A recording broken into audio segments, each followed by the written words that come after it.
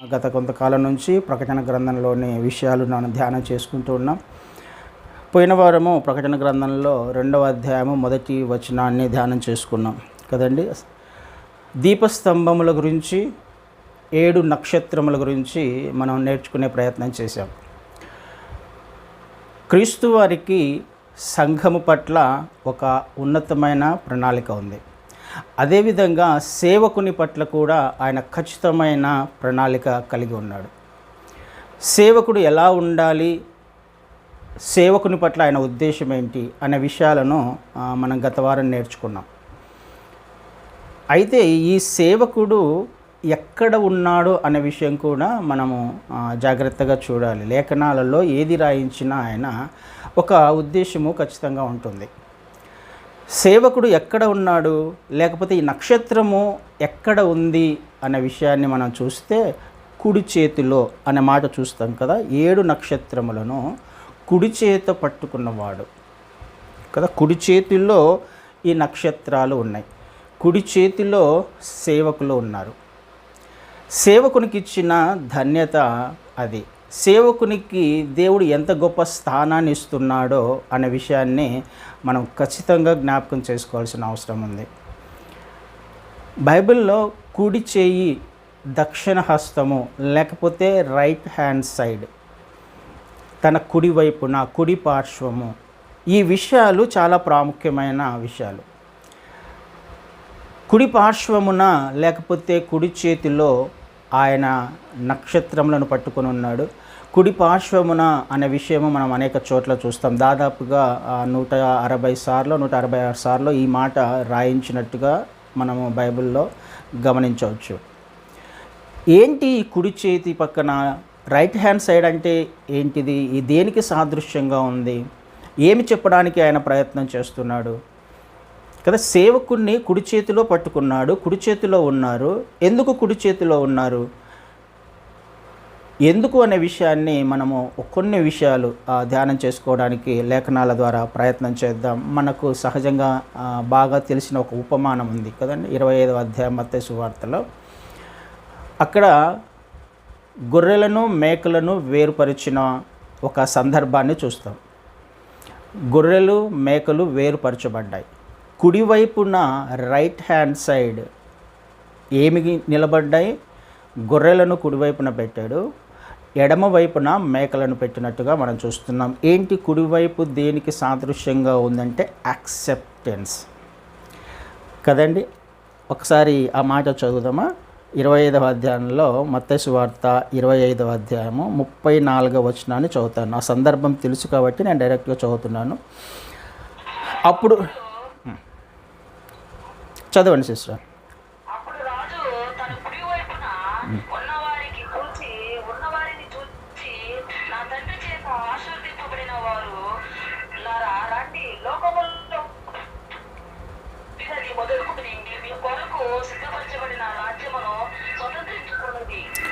కుడివైపున right hand సైడ్లో ఉన్న ఈ గొర్రెలను చూసినప్పుడు ఆయన మాట్లాడుతున్న మాట, ఎవరు కుడివైపున నించున్నవారు?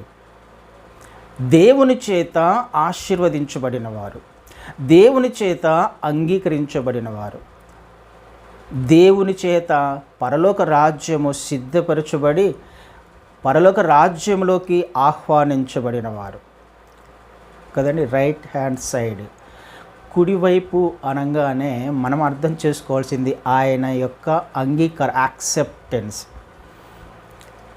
ఆశీర్వాదము, పరలోక రాజ్య ప్రవేశము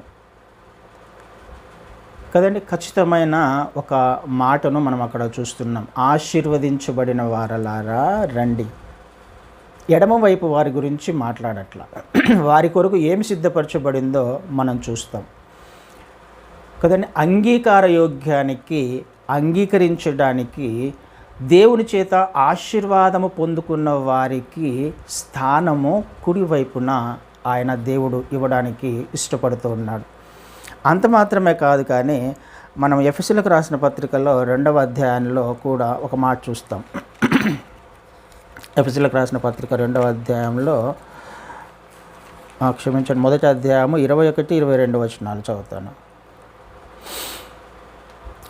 ఆయన బలాతిశయము చేత క్రీస్తును మృతులలో నుండి లేపి సమస్తమైన ఆధిపత్యము కంటేను, అధికారము కంటేను, శక్తి కంటేను, ప్రభుత్వము కంటేను ఈ యుగమందున్నది మాత్రమే కాక రాబో యుగమందును పేరు పొందిన ప్రతి నామము కంటేను ఎంతో హెచ్చుగా పరలోకమందు ఆయన తన కుడి పార్శ్వమున కూర్చుండబెట్టుకొని ఉన్నాడు.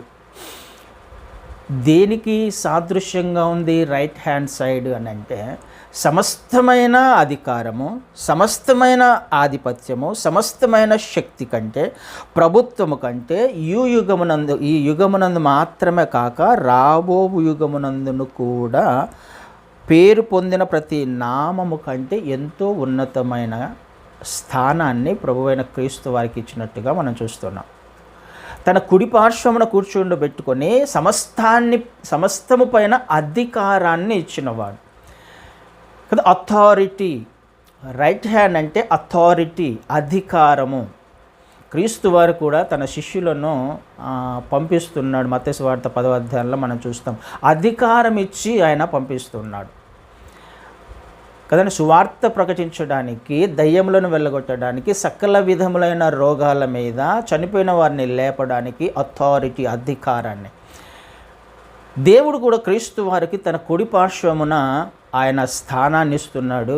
ఆ కుడి పార్శ్వము దేనికి సాదృశ్యంగా ఉందంటే, సమస్తమైన ఈ లోకములో ఏదైతే కలిగి ఉందో, ఏదైతే ఏ అధికారం ఉందో, ఏ ప్రభుత్వం ఉందో, ఏదైతే ఉందో ప్రతి దాని మీద ఆయనకు అధికారాన్ని ఇస్తున్నాడు. మరి క్రీస్తు వారికి కదా అధికారం ఇచ్చింది, మనకేంటి అని అంటే మనం కూడా ఆలోచించాలి. ఆయన రైట్ హ్యాండ్ సైడ్ క్రీస్తు వారిని కుడి పార్శ్వమున కూర్చోబెట్టుకున్నప్పుడు ఆయన శరీరము కిందిగా సమస్తాన్ని కూడా ఆయన పాదముల కింద సమస్తాన్ని తీసుకొని వస్తానని కింది వచనాల్లో మనం చూస్తున్నాం కదా. 22వ వచనంలో సమస్తమును ఆయన పాదముల క్రింద ఉంచి, ఆయన పాదముల క్రింద ఉంచాడు అని అంటే ఆయన పాదాలు ఎవరు? శరీరం కదా. ఆయన పాదం అంటే శరీరము, శరీరంలోనే ఒక భాగము. శరీరం ఎవరు? సంఘమేగా. సంఘం అంటే ఎవరు? నీవు, నేను, మనమే.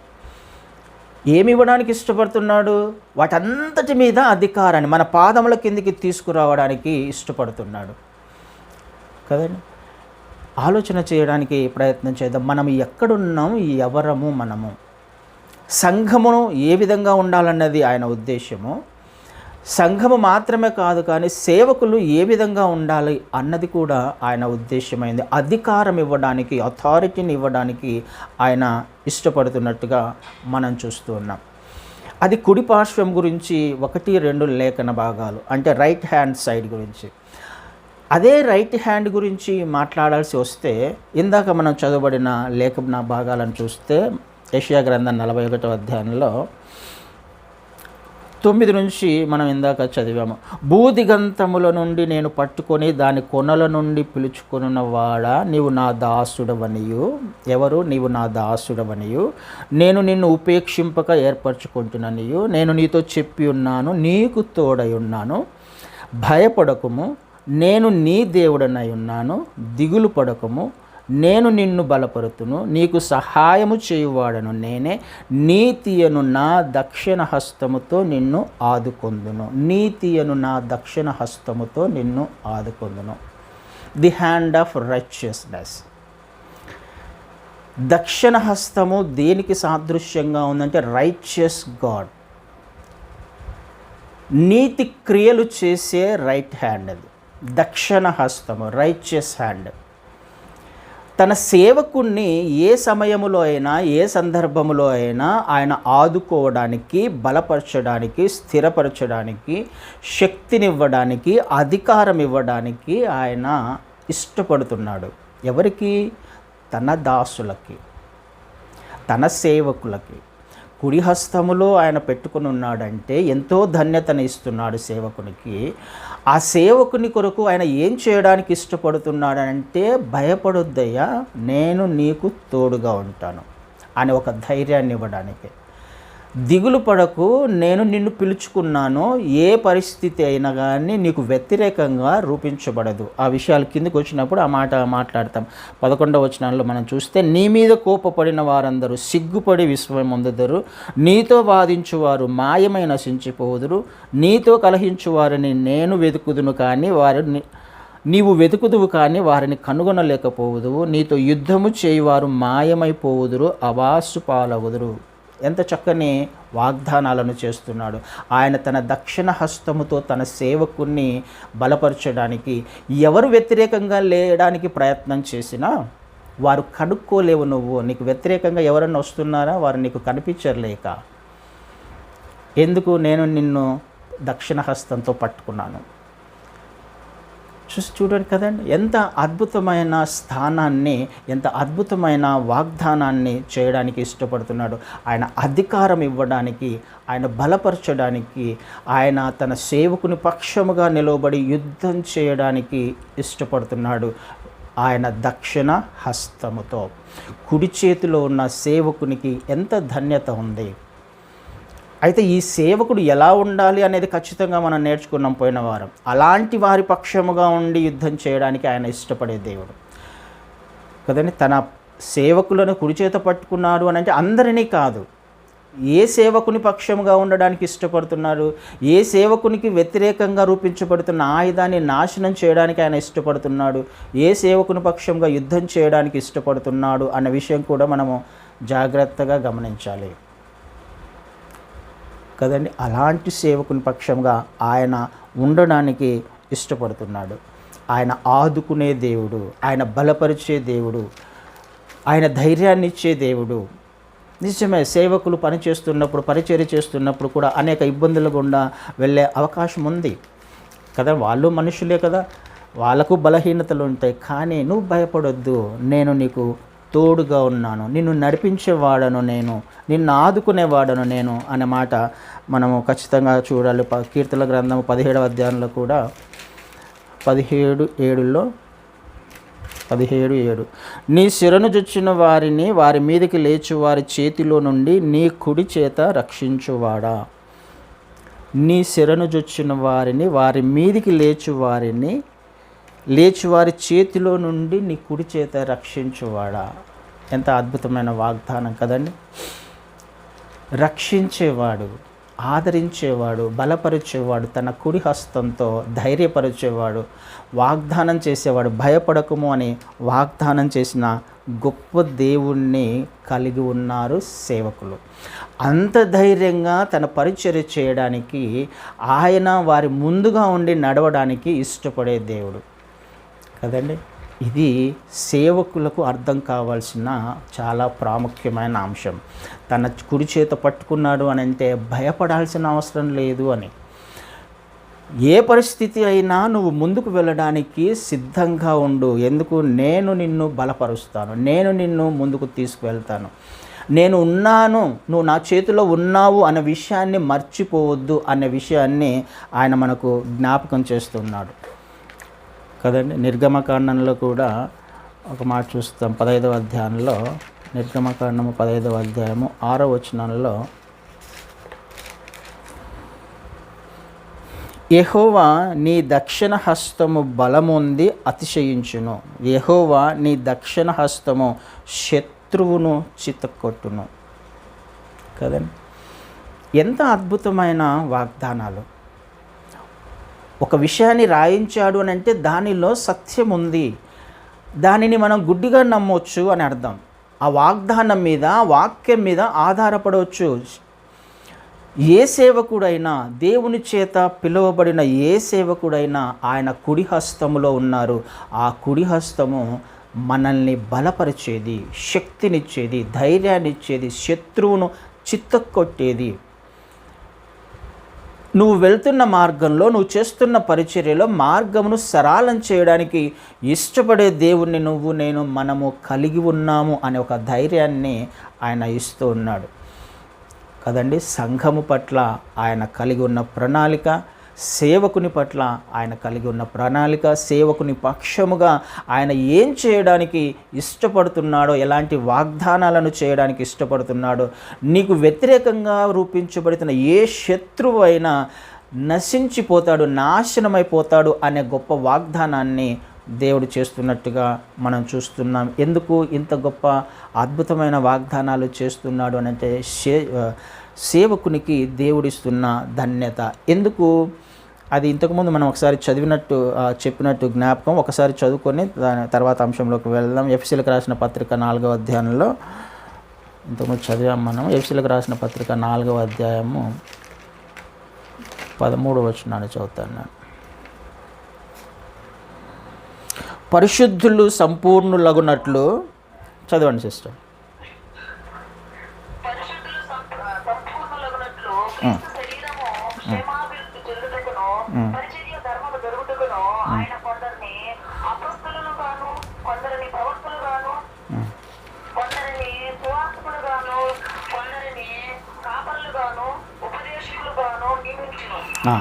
దేవుడు ఎందుకు తన సేవకుని పక్షముగా ఉండి ఇన్ని అద్భుత కార్యాలు చేయడానికి ఇష్టపడుతున్నాడు, ఎందుకు ఇంత అధికారం ఇవ్వడానికి ఇష్టపడుతున్నాడు అని అంటే, పరిశుద్ధులు సంపూర్ణులగునట్లు క్రీస్తు శరీరము క్షేమాభివృద్ధి చెందుటకును పరిచర్య ధర్మము జరుగుటకును ఆయన వీరిని నియమించాడు. సంఘము క్షేమాభివృద్ధి చెందాలి, పరిపూర్ణతలోకి రావాలి అని అంటే ఎవరి ద్వారా సాధ్యమవుతుంది? ఎవరు పని చేస్తారు? ఎవరు పరిచర్య చేసేవారు? ఆయన పరిచర్య చేయించుకోవడానికి, ఆయన తన సంఘాన్ని క్షేమాభివృద్ధిలోకి నడిపించడానికి, పరిపూర్ణతలోకి నడిపించడానికి కొంతమందిని ఆయన ఏర్పాటు చేసుకున్నాడు. అక్కడ 5 5-fold మినిస్ట్రీ అంటాం దాన్ని. ఈ సేవకులు తన కుడి హస్తంలో ఉన్నారు. ఎందుకు కుడి హస్తంలో పెట్టుకున్నారు అని అంటే, ఈ సేవకులు తన సంఘాన్ని, తన శరీరాన్ని క్షేమాభివృద్ధిలోకి తీసుకుని వచ్చే సేవకులుగా ఉన్నారు కాబట్టి కదండి. దేవుని ఉద్దేశం ఏంటి? సేవకుని పట్ల దేవుని ఉద్దేశం ఏంటి? తన సంఘము పరిపూర్ణతలోకి రావాలి కదండి.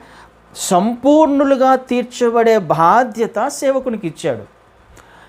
ఏ పరిపూర్ణత? క్రీస్తునకు కలిగిన పరిపూర్ణత.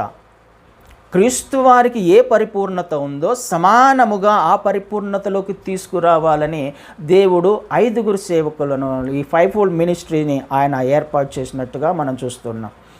ఇది సేవకుని యొక్క బాధ్యత, ఇది చేయాలి. అందుకొరకు వారి పక్షముగా ఆయన ఉండడానికి, ఏమి చేయడానికైనా అలాంటి పని చేస్తున్న సేవకుల పక్షముగా ఉండి ఆయన ఏదైనా చేయడానికి ఇష్టపడుతున్న దేవుడు. ఆయన ఏమైనా చేయగలడు. ఈ పరిచర్యను నువ్వు నేను మనము చేస్తున్నట్లయితే ఏం చేయాలి? సంఘము క్షేమాభివృద్ధి చెందే విధంగా, ఆత్మీయంగా బలపరచబడే విధంగా, ఆత్మీయంగా స్థిరపరచబడే విధంగా, దేవుని మార్గంలో మాత్రమే నడిపించబడే విధంగా, క్రీస్తు పరిపూర్ణతలోకి తీసుకుని వెళ్ళే విధంగా ఏ సేవకుడైతే పని చేయడానికి ఇష్టపడతాడో ఆ సేవకుని పక్షముగా ఆయన ఉండడానికి ఇష్టపడుతున్నాడు. కుడి చేతితో పట్టుకోవడానికి ఇష్టపడుతున్నాడు. శత్రువును చిత్తకొట్టడానికి ఇష్టపడుతున్నాడు. అధికారము, సమస్తమైన ఆధిపత్యం ఇవ్వడానికి ఆయన ఇష్టపడుతున్నాడు. శత్రువు బలమంతటి మీద ఆయన అధికారం ఇవ్వడానికి ఇష్టపడుతూ ఉన్నాడు కదండి. ఆలోచన చేసే ప్రయత్నం చేసి, ఎంత గొప్ప దేవుని, ఎంత గొప్ప అధికారాన్ని సేవకులు కలిగి ఉన్నారు. ఇది మనం జ్ఞాపకం చేసుకోవడానికి ప్రయత్నం చేస్తున్నాం. సంఘము పట్ల మాత్రమే కాదు, సేవకుని పట్ల కూడా దేవునికి ఉన్నతమైన ప్రణాళిక ఉంది. ఎంతగా ఆయన నిన్ను హెచ్చించాలి అని అనుకుంటున్నాడు అని అంటే, ఏమైనా చేయడానికి నీ కొరకు ఆయన ఇష్టపడుతున్నాడు. అయితే నువ్వు చేయాల్సిన పని, ఆయన అప్పచెప్పిన పని, పరిశుద్ధులను సంపూర్ణతలోకి తీసుకురావాలి, పరిపూర్ణతలోకి తీసుకురావాలి. వాక్యములో నడిపించబడే విధంగా, వాక్యములో నిలిచి ఉండే విధంగా వారిని తీసుకొచ్చినప్పుడు ఆయన నీకు ఇవ్వడానికి ఇష్టపడుతున్న అనేకమైన వాగ్దానాలను మనం ఇప్పుడు చూసాం కదండి. ఆయన కొన్ని లేఖనాలను చదివితే చాలా అద్భుతంగా ఉంటుంది. ఆమోస్ గ్రంథం 3వ అధ్యాయం 7వ వచనంలో, తన సేవకులైన ప్రవక్తలకు తాను సంకల్పించిన దానిని బయలుపరచకుండా ప్రభువైన యెహోవా ఏమీ చేయడు. ఎంత అద్భుతమైన మాట అండి. ఆయన ఏదైనా చేయాలని అనుకుంటే మొదటగా అది చేయడట. ఆయన చేయకుండా ఏం చేస్తాడంట? మొదటగా తన సేవకులకు, తన ప్రవక్తలకు దానిని బయలుపరుస్తాడంట. ఆ విషయం వాళ్ళకు తెలియచెప్తాడట. ఆయన చేయడు, కానీ సేవకులకు చెప్పకుండా చేయడంట. మళ్ళీ ఎంత అద్భుతమైన ధన్యతను సేవకునికి దేవుడు ఇస్తున్నాడు. సేవకునికి చెప్పకుండా నేను చేయను కదా, ఏది కూడా చేయను. నా సేవకుడు కాబట్టి కదండి. ఈ విషయం మనం ఇంకో చోట ఎక్కడ చూస్తాం? అబ్రహాం గారి జీవితంలో చూస్తాం కదా. 18వ అధ్యాయంలో 17వ వచనంలో ఆ మాట చూస్తాం. నేను చేయబోవున్నది అబ్రహాముకు దాచెదనా అంటాడు అక్కడ. దేవుడు చేయాలనుకుంటే చేసేయచ్చు, తను ఏదైనా చేయొచ్చు, కానీ చేయకుండా ముందుగానే తన సేవకులకు ఆయన బయలుపరచడానికి ఇష్టపడుతున్నాడు. చేయబోవున్నది నేను దాస్తానా? నేను చెప్పకుండా, నా ప్రవక్తలకు చెప్పకుండా, నా సేవకులకు చెప్పకుండా ఏదైనా చేస్తానా? ఎవరండి ఆయన? సృష్టికర్త. ఏ యోగ్యత ఉంది అని సేవకునికి దేవుడు అంత ధన్యతని ఇస్తున్నాడు, అంత భాగ్యాన్ని ఇస్తున్నాడు. ఈ భాగ్యాన్ని పోగొట్టుకోకుండా సేవకుడు కుడి చేతిలో ఉన్నట్లయితే ఎంత అద్భుతంగా ఉంటుంది. దేవుడు ఎక్స్పెక్ట్ చేసినట్టుగా సేవకుడు పరిచర్య చేసే విధానంలో ఉన్నట్లయితే, పరిచర్య చేస్తూ ఉన్నట్లయితే ఎంత అద్భుతమైన పరిచర్య జరుగుతుంది కదండి. ఎంత అద్భుతమైన వాగ్దానాలను దేవుడు ఇవ్వడానికి ఇష్టపడుతున్నాడు. సేవకునికి వ్యతిరేకంగా ప్రవర్తించే వారి పట్ల కూడా దేవుడు ఏం చేశాడో కూడా మనం ఒకసారి ఆ నంబర్స్లో చూస్తాం. ఆ మాట ఆయన మాట్లాడుతున్న మాట ఒకసారి చూద్దాం. సంఖ్యాకాండము 12వ అధ్యాయంలో, సంఖ్యాకాండము 12వ అధ్యాయము 7-8 వచనాలను చదువుతాను. అతడు నా ఇల్లంతటిలో నమ్మకమైన వాడు, నేను గూఢభావములతో కాదు దర్శనమిచ్చి ముఖాముఖిగా అతనితో మాట్లాడుదును. అతడు యెహోవా స్వరూపమును నిదానించి చూచును. కాబట్టి నా సేవకుడైన మోషేకు విరోధముగా మాట్లాడుటకు మీరేలా భయపడలేదు?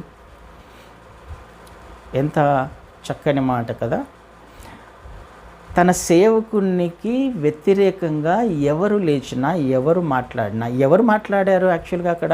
మిరియాము, అహరోను కదా. వారు అహరోనును దేవుడు ఏర్పాటు చేసుకున్నవాడే, కానీ అహరోనును తోడుగా ఇచ్చాడు మోషేకి. మోషేకు వ్యతిరేకమైన ఆలోచన చేశారు, వ్యతిరేకమైన మాటలు మాట్లాడారు అహరోను, మిరియాము. సొంత అన్న కదా, సొంత బంధువులే. అందరూ కలిసి పరిచర్యలో వాడబడుతున్నారు, అందరూ కలిసి వెళ్తూ ఉన్నారు. కానీ దేవుని చేత ఏర్పాటు చేయబడిన, దేవుడు ముఖాముఖిగా మాట్లాడుతున్న నమ్మకమైన వాడుగా మోషే ఉన్నాడు కదండి. ఇదే మనకు అర్థం కావాలి. నమ్మకమైన వాడు, నా ఇల్లంతటిలో నమ్మకమైన వాడు. ఎక్కడున్నాడు? కుడి చేతిలో ఉన్నాడు. ముఖాముఖిగా మాట్లాడుతున్నాడు, నడిపిస్తున్నాడు. ఎలా వెళ్ళాలి, ఎలా వెళ్ళకూడదు, ఏ మార్గంలో వెళ్ళాలి, ఎప్పుడు వెళ్ళాలి, ముఖాముఖిగా మాట్లాడుతూ నడిపిస్తున్న తన సేవకునికి వ్యతిరేకమైన మాటలు మాట్లాడిన వారితో మాట్లాడుతున్న మాట దేవుడు. ఎందుకు భయపడలేదు మీరు? నా సేవకునికి వ్యతిరేకంగా మాట్లాడగలరు? అసలు ఎట్లా మాట్లాడుతున్నారు? నేను ఏర్పాటు చేసుకున్నా నా సేవకున్నే, నేను మిమ్మల్ని నడిపించడానికి నాయకునిగా నేను ఎన్నుకున్నా, ఐగుప్తులో నుంచి, బంధకాల నుంచి విడిపించిన వాడను నేనే, విడిపించడానికి మీ ముందు నిలబెట్టిన వాడను నేనే. ఎంత ధైర్యం ఉంటే మీరు నా సేవకునికి వ్యతిరేకంగా మాట్లాడతారు? ఎందుకు భయపడలేరు మీరు నా సేవకునికి వ్యతిరేకంగా మాట్లాడడానికి కదండి. ఎంత అద్భుతమైన మాట. సేవకుని కొరకు ఆయన ఏం చేయడానికి ఇష్టపడుతున్నాడు, ఎంతగా వారిని బలపరచడానికి ఇష్టపడుతున్నాడు. ఆలోచన చేసే ప్రయత్నం చేద్దాం. సేవకునికి, దేవుని చేత ఎన్నుకోబడిన సేవకునికి వ్యతిరేకంగా మాట్లాడడానికి భయపడాలి అనేది కదా దేవుని ఉద్దేశం. ఎందుకు, ఎలా మాట్లాడగలిగారు? ఎందుకు భయపడలేరు మీరు? ఆలోచన చేసే ప్రయత్నం. అంతగా ఆయన అధికారం ఇవ్వడానికి, అంతగా ఆయన ఘనపరచడానికి, హెచ్చించడానికి ఆయన ఇష్టపడుతున్నాడు. హెబ్రీయులకు రాసిన పత్రికలు కూడా ఒక మాట చూద్దాం. 13వ అధ్యాయము 17వ వచనాన్ని చదువుతాను. మీ పైన నాయకులుగా ఉన్నవారు లెక్క ఒప్పచెప్పవలసిన వారి వలె మీ ఆత్మలను కాయుచున్నారు. వారు దుఃఖముతో ఆ పని చేసిన ఎడల మీకు నిష్ప్రయోజనము కనుక దుఃఖముతో కాక ఆనందముతో చేయనట్లు వారి మాట విని వారికి లోబడి ఉండడి. వారి మాట విని వారికి లోబడి ఉండడి. సేవకుడు ఎవరు అనంటే ఆత్మలను కాచేవాడు. ఆత్మలను బలపరిచేవాడు. అయితే ఈ పరిచర్య ఎలా చేయాలి? సేవకుడు ఎలా చేస్తాడు? కుడి హస్తములో ఉన్న సేవకుడు చేసే పని.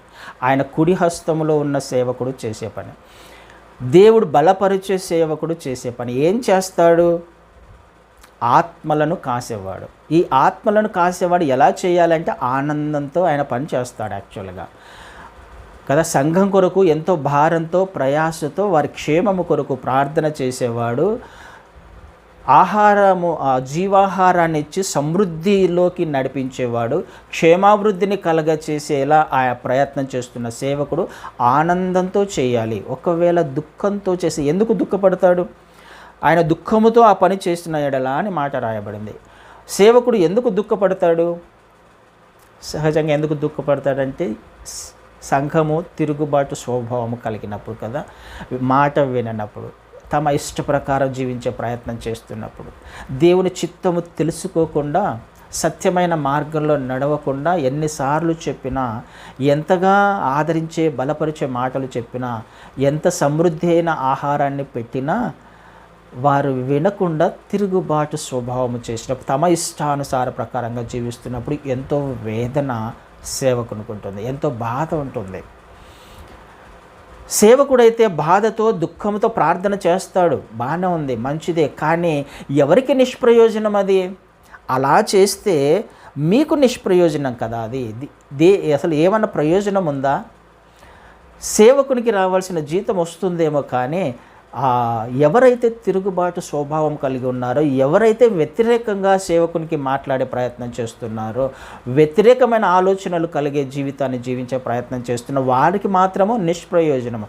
ఎన్నిసార్లు ఎంత రెగ్యులర్గా నువ్వు సంఘానికి వెళ్ళినా, ఎంతగా నువ్వు బైబిల్ చదవడానికి ప్రార్థన చేయడానికి ప్రయత్నం చేసినా, సేవకునికి దుఃఖము కలిగే విధంగా వాక్యాన్ని చెబుతూ ఉన్నప్పుడు వ్యతిరేకమైన ఆలోచనలు పనులు చేస్తూ ఉన్నప్పుడు సేవకునికి దుఃఖం కలుగుతుంది. అది నీకు ప్రయోజనం లేదు కదా అని లేఖనాలు ఖచ్చితంగా మాట్లాడుతున్నాయి. సేవకుడు అంటే ఎవరు అన్న విషయం ఖచ్చితంగా అర్థం కావాలి. సంఘం అంటే ఏంటి అనేది ఖచ్చితంగా అర్థం కావాలి. ఇలా ఉండి తర్వాత సంఘాలతో ఆయన మాట్లాడుతున్నాడు. నా ఉద్దేశం సేవకుని పట్ల ఈ విధంగా ఉంది, సంఘము పట్ల ఈ విధంగా ఉంది. అయితే మిగతా సంఘాలు ఏం చేస్తున్నాయి? దూతలు ఏం చేస్తున్నారు? ఆ సంఘ దూతలు ఏం చేస్తున్నారు? ఎలా ఉన్నారు మీరు అని తర్వాత ఆయన ఉత్తరాలు రాస్తూ ఉన్నాడు కదండి. నా ఉద్దేశం ఇది, నీ పట్ల నా ఉద్దేశం ఇది, పరిచర్య చేస్తున్న వారి పట్ల నా ఉద్దేశం ఇది అని దేవుడు ఖచ్చితంగా మాట్లాడుతున్న మాట కదండి. నిజమే, పనివాడు జీతానికి పాత్రుడే. కానీ జీతం ఎవరి నుంచి ఎక్స్పెక్ట్ చేయాలి? ఎవరు మనల్ని సేవకుడిని ఏర్పాటు చేసుకుంది? దేవుడు కదా. సేవకుడిని ఏర్పాటు చేసుకుంది దేవుడు. దేవుని పని కొరకు ఆయన ఏర్పాటు చేసుకున్నప్పుడు జీతం రావాల్సింది ఆయన నుంచే వస్తుంది. మనము గత వారం చూసాం, సేవకులలో 2 రకాలుగా ఉంటారు. సేవను ఎన్నుకున్న వారు తమ కొరకు, దేవుని చేత ఎన్నుకున్న సేవకులు. దేవుని చేత ఎన్నుకోబడిన సేవకులు దేవునికి భయపడతారు, మనిషికి భయపడడు. దేవుణ్ణి మెప్పించే ప్రయత్నం చేస్తాడు, ఉన్న వాక్యాన్ని ఉన్నట్టుగా బోధించే ప్రయత్నం చేస్తాడు. బాధపడినప్పటికీ వారిలో మారుమనస్సు వస్తుంది ఒకరోజు అనే ఉద్దేశంతో. కార్యం చేసేవాడు ఆయన కదా. దేవుడు చెప్పిన పని చేస్తాడు అంతే సేవకుడు. కానీ తమ కొరకు సేవను ఎన్నుకున్నవారు అలా కాదు, మనిషికి భయపడతాడు, మనిషిని మెప్పించే ప్రయత్నం చేస్తాడు కదండి. ఇది జరుగుతూ ఉంటుంది. ఇది మనం అర్థం చేసుకోవడానికి ప్రయత్నం చేయాలి. ఆయన కుడి హస్తంలో ఒకవేళ ఉన్నట్లయితే ఏ మనిషికి నువ్వు భయపడాల్సిన అవసరంలా. దేవుని చేత ఎన్నుకోబడిన వాడవైతే ఏ అధికారానికి, ఏ శక్తికి కూడా నువ్వు భయపడాల్సిన అవసరము లేదు అనే విషయాన్ని ఆయన ఖచ్చితంగా మాట్లాడుతున్నాడు. ఆలోచన చేసే ప్రయత్నం చేద్దాం. సేవకులను ఆయన తన కుడి హస్తంలో పెట్టుకున్నాడు.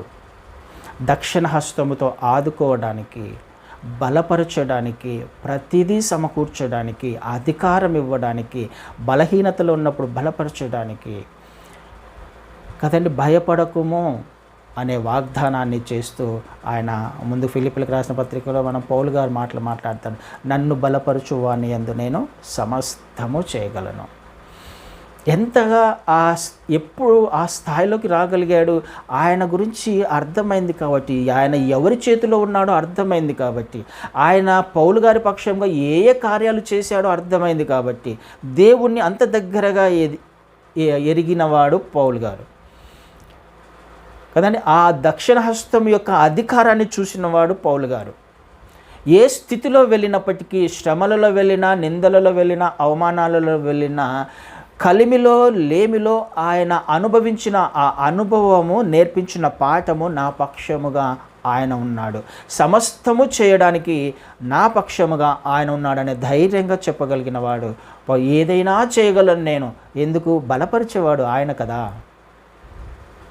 మన వలన కాదు, కానీ బలపరిచేవాని యందు నేను ఏదైనా చేయగలను కదా. ఈ స్థాయిలో సేవకుడు ఉండాలి అన్నది దేవుని యొక్క ముఖ్య ఉద్దేశం. ఒక్క మాట చదివి నేను ముగించే ప్రయత్నం చేస్తాను. మత్తయి సువార్తలో 9వ అధ్యాయము, మత్తయి సువార్త 9వ అధ్యాయంలో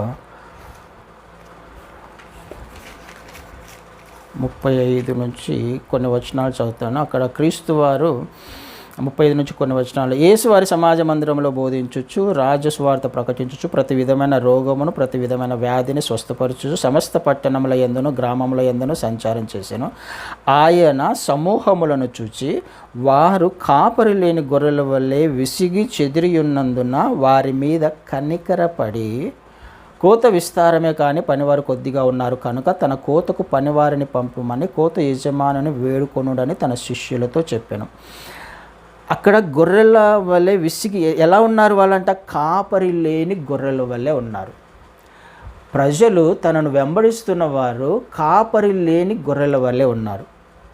ఆ సమూహాలను చూసి వారు కాపరి లేని గొర్రెల వల్లే విసిగి చెదిరి ఉన్నారంట. ఈ గొర్రెలు ఎలా ఉన్నాయి? క్రీస్తు వారిని వెంబడించే వాళ్ళు ఎలా ఉన్నారంటే విసిగిపోయిన జీవితాలు, విసిగి చెదిరిపోయిన జీవితాలు. ఎప్పుడు వస్తుంది విసుగు? సహజంగా కదండి. ఒక వ్యక్తికి విసుగు ఎప్పుడు వస్తుంది?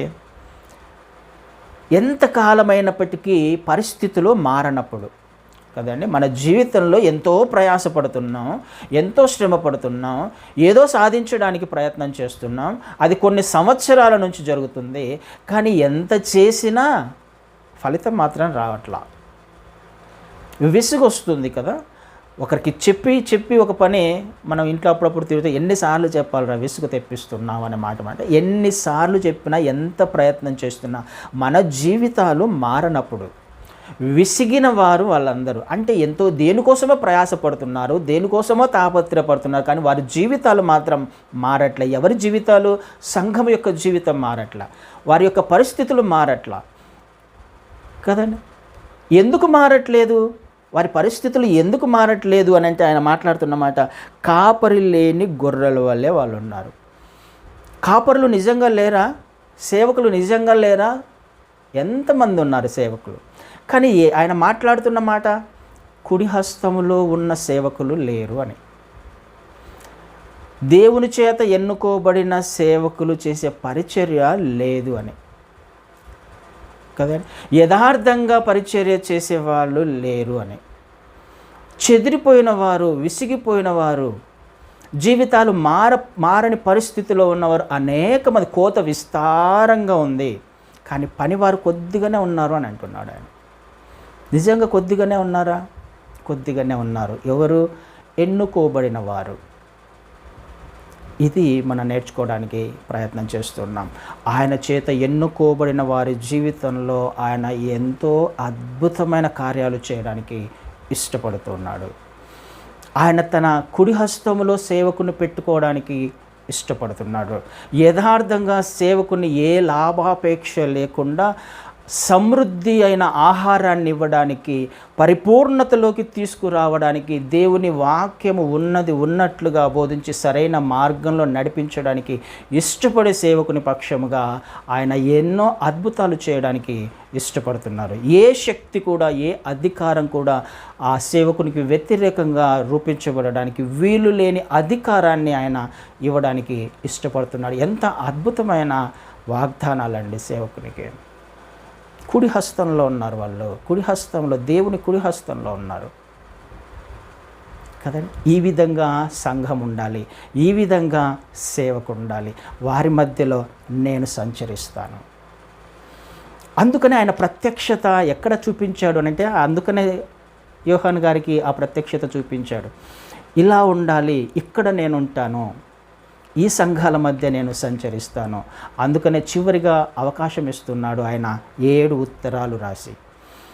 ఇంకొకసారి ఆయన సేవకుణ్ణి సరిచేయడానికి, ఆదరించడానికి, బలపరచడానికి, సంఘాన్ని వాక్యంలో స్థిరపరచడానికి ఆయన చివరిగా ప్రకటన గ్రంథంలో ఒక అవకాశం ఇస్తున్నాడు.